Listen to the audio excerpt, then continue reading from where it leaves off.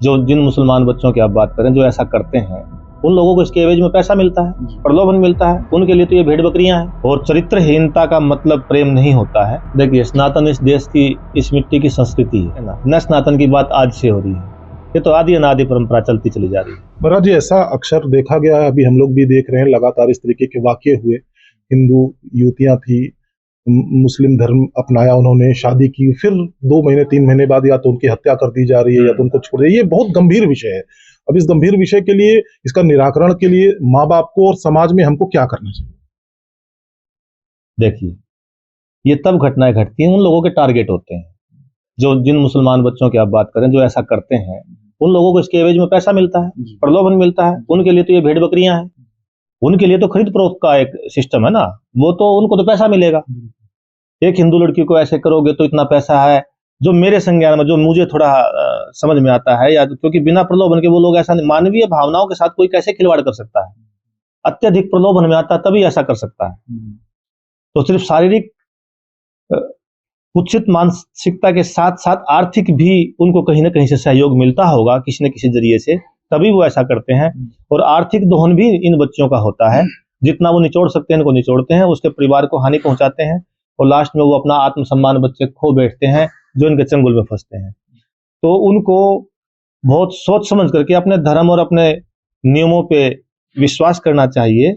और चरित्रहीनता का मतलब प्रेम नहीं होता है कि सिर्फ अपने चरित्र को गिरा दो। और प्रेम का मतलब ये नहीं होता है किसी भी सीमा तक चले जाओ तुम, नहीं। स्वतंत्रता का मतलब एक मर्यादा होती है।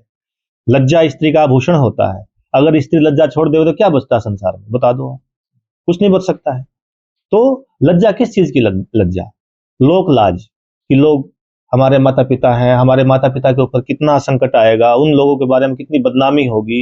इन सब चीजों को जब अनदेखा कर दोगे कि भाड़ में जाए दुनिया, ऐसा वैसा नहीं। ये व्यवहारिक दुनिया का नियम नहीं। व्यवहारिक दुनिया में हमें इन सब चीजों का ध्यान रखना पड़ेगा। अपने समाज का, अपने परिवेश का, अपने आसपास के वातावरण का, सबका ध्यान रखना पड़ता है।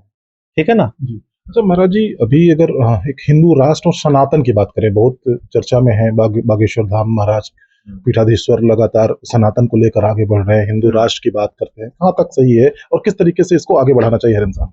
देखिए, सनातन इस देश की, इस मिट्टी की संस्कृति है। यह संस्कृति कोई आज से तो है नहीं, ठीक है ना। न सनातन की बात आज से हो रही है, ये तो आदि अनादि परंपरा चलती चली जा रही है। लेकिन हमारी संस्कृति ऐसी थी कि दूसरे के प्रभाव में आकर के अनेक संस्कृतियों को अपने अंदर आत्मसात कर लेती थी।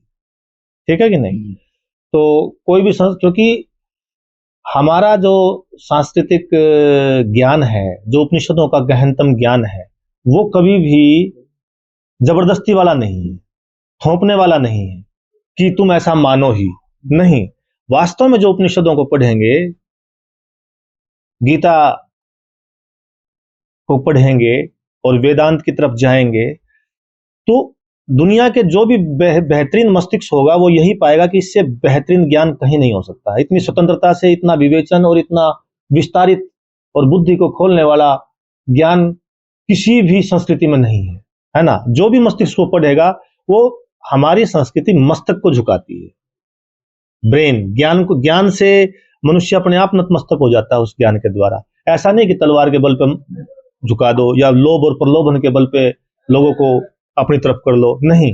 हमारी संस्कृति में ज्ञान के बल पे, अब रशिया है और बहुत सी कंट्रियां हैं जहां इस्कॉन आदि है, और अपना हिंदू धर्म बहुत ज्यादा मात्रा में फैल रहा है, क्योंकि उन लोगों की समझ में आ रहा है कि इससे बेहतरीन विचार कहीं हो नहीं सकते हैं, इससे बेहतरीन जीवन शैली, जीवन जीने की कला और कहीं नहीं हो सकती जो हमारी सनातन परंपरा के अंदर है। और जिसको ये समझ में आ जाता है, वो सहज रूप से कब वो अंदर से सनातनी बन जाता है, अंदर से हिंदू बन जाता है। ये बाहर, और फिर बाद में बाहर से भी वो उसको धारण कर लेता है। हम अंदर से परिवर्तित करते हैं। बाकी संस्कृतियां, बाकी जो धर्म है जिनकी आप बात कर रहे हो, कोई तलवार के बल पे, भय के बल पे, कोई लोभ और लालच के बल पे कि एक हाथ में रोटी, थोड़ा पैसा, मकान दे दो और बीच में क्रॉस का निशान टांग दो, तो ये सब नहीं होता है। हमारे यहाँ ऐसा कभी नहीं सुनने को मिलेगा आपको, किसी तरीके के प्रलोभन के माध्यम से या किसी तरीके से आदमी को भ्रमित करके और इधर लाया गया हो, नहीं। हमको जरूरत नहीं है। हमारे पास वही आएंगे या हमारी संस्कृति में वही गोता लगाएंगे और वही समझ पाएंगे जिसने वास्तव में ज्ञान से उसको समझा हो, अपने बुद्धि और विवेक का इस्तेमाल किया हो। तो वो ऑटोमेटिक नतमस्तक हो जाएगा। आप देख रहे हैं सौगंध टीवी, सौगंध वतन की।